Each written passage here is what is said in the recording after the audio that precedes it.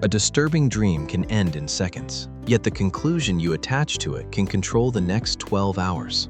At 3:17 a.m., you reach for your phone, search one image, and find strangers telling you what it must mean. Suddenly, you question a relationship, delay a decision, or fear something terrible is coming. But is the dream leading you, or is certainty arriving before wisdom? That question matters. A conclusion formed in fear can affect far more than one morning.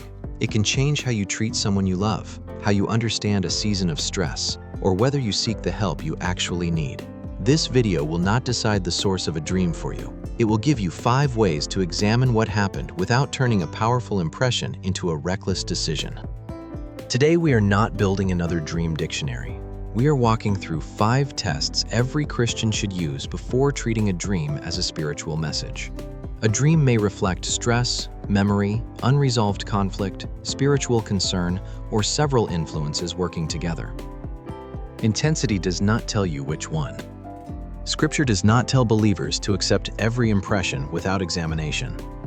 1 Thessalonians 5:21 says to test everything and hold fast to what is good. That requires patience, context, and the willingness to question your first conclusion. We will begin with what you remembered, what you carried into sleep, and what actually happened from beginning to end. Then we will examine why another person's testimony cannot decide what your experience means. And the final test is the one many people miss. It does not ask how frightening the dream felt. It asks what your interpretation begins producing in your life. Before asking what the dream means, begin with one question. How much of it do you remember? Test 1. Separate the dream from the memory. Most people wake up believing the story they can tell is the entire dream. It usually is not. Your mind does not record the night like a camera. It holds on to pieces, especially those charged with fear, shame, relief, or urgency. That is why one image can feel larger than everything surrounding it. You may not be interpreting the dream itself. You may be interpreting the fragment your memory kept. Consider a hypothetical example. Rachel, a nurse in Ohio, finishes a long shift and wakes at 3:17 a.m., remembering only that she missed an important phone call. Peer-reviewed research on dream recall shows that vivid emotional moments are more likely to be remembered and reported than quiet, ordinary ones. Ecclesiastes 5:3 connects dreams with the weight of many cares, reminding us that what fills the day can still press on the mind at night. The missed call may have remained because it touched the worry Rachel carried home. That does not mean every detail contained a fixed message. So before you assign meaning, write down 3 separate things: what you remember happening, what you felt during and after the dream, and what conclusion appeared afterward. Keep the first account plain. Do not add motives, warnings, or explanations that were never actually present. A frightened mind can fill in a missing detail, turn it into certainty, and later mistake that certainty for part of the dream.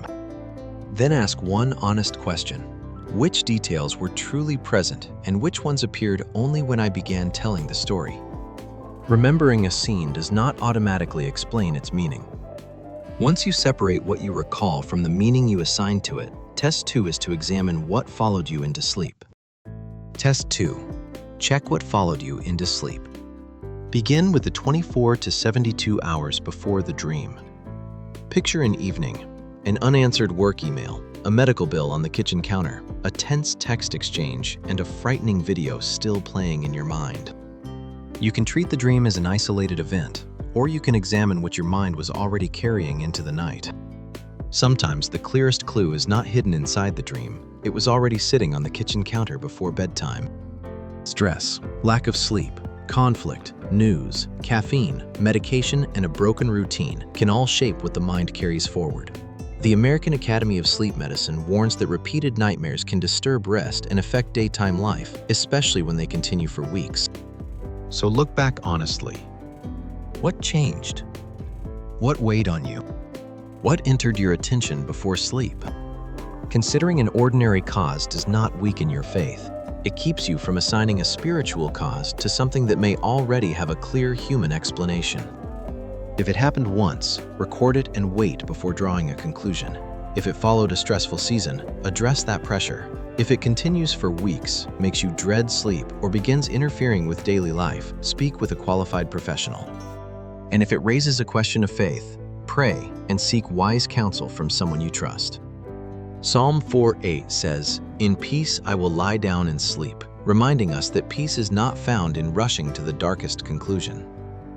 Looking at the ordinary explanation first does not push faith aside. It prevents a hurried conclusion.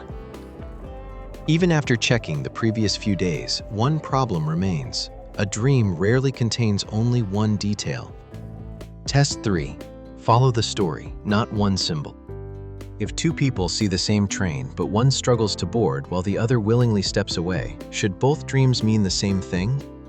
Consider Marcus, a hypothetical example. He is standing inside Chicago Union Station as the 6:40 a.m. train prepares to leave. He misses it again and again, yet in the final moment, he stops running, sits down, and feels relief. The central image is the same. The story is not. Do not force one object to explain the entire experience. First, notice your role.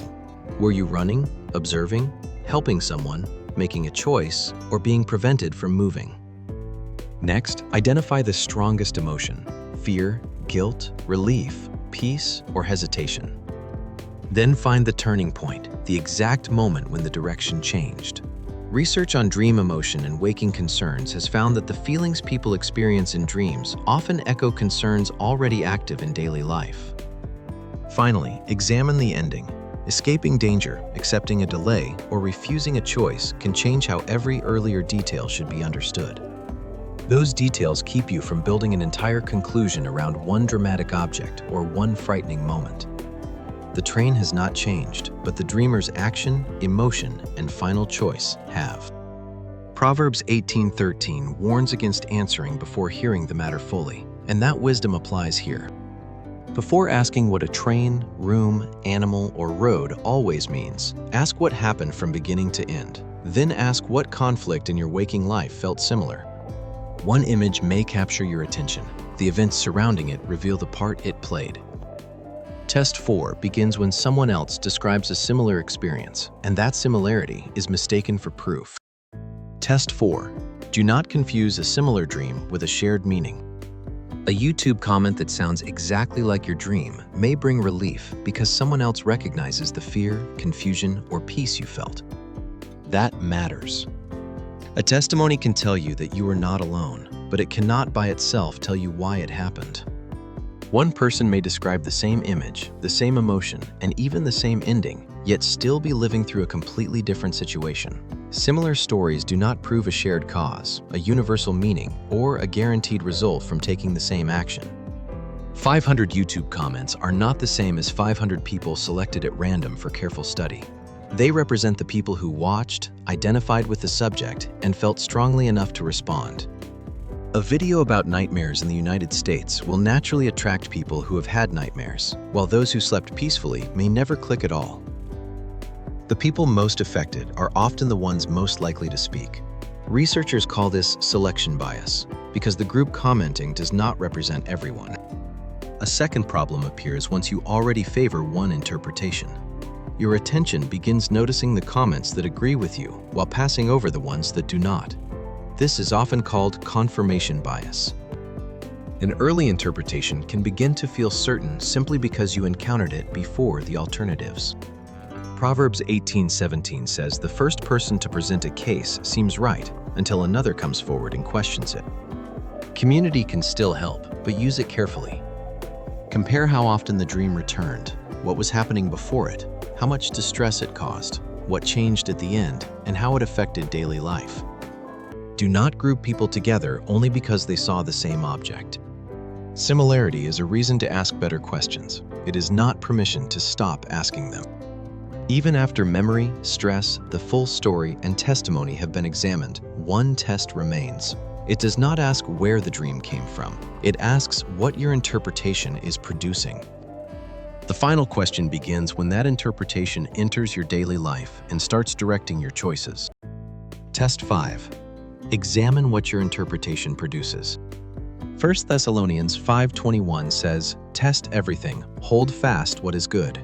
That command does not ask you to accept every strong feeling as truth. James 3:17 describes wisdom from above as pure, peaceable, gentle, open to reason, merciful, and fruitful. The final test is not how intense the dream felt. It is what your interpretation begins producing after you wake. Does your understanding lead you toward honest prayer, humility, repaired relationships, responsibility, and wise counsel? Does it bring peace without making you careless? Or does it make you dread sleep, suspect everyone around you, avoid treatment, or accuse someone without evidence? Matthew 7:16 speaks about recognizing false prophets by their fruit, not about decoding dreams. The principle still matters. A claim should be examined alongside what it creates in a person's life. A sound explanation should remain credible after patient reflection, scripture read in context, honest questions, and accountability. Consider a hypothetical comparison. Daniel, a man in Phoenix, wakes from a disturbing dream and immediately assumes his brother has betrayed him, so he sends an angry message before sunrise. In the second version, Daniel waits. He records what he remembers, prays, and later discovers that the betrayal he feared never occurred. One response produced accusation, the other created room for truth. Both reactions began with the same powerful emotion. Their results were completely different. Use 4 simple steps after a disturbing dream. First, calm yourself before making a decision. Second, write down the experience within 10 minutes of waking and track it for 7 nights if it returns. Third, examine what was happening in your life and what your interpretation is now causing you to do. Fourth, seek appropriate help through prayer, trusted counsel, or professional support. Sleep specialists advise taking repeated nightmares seriously when they disturb sleep or daily life. Pay attention when dread begins before bedtime, concentration suffers during the day, or exhaustion starts affecting work and family. A dream can deserve attention without making your first interpretation reliable. You can take it seriously without rushing to explain it.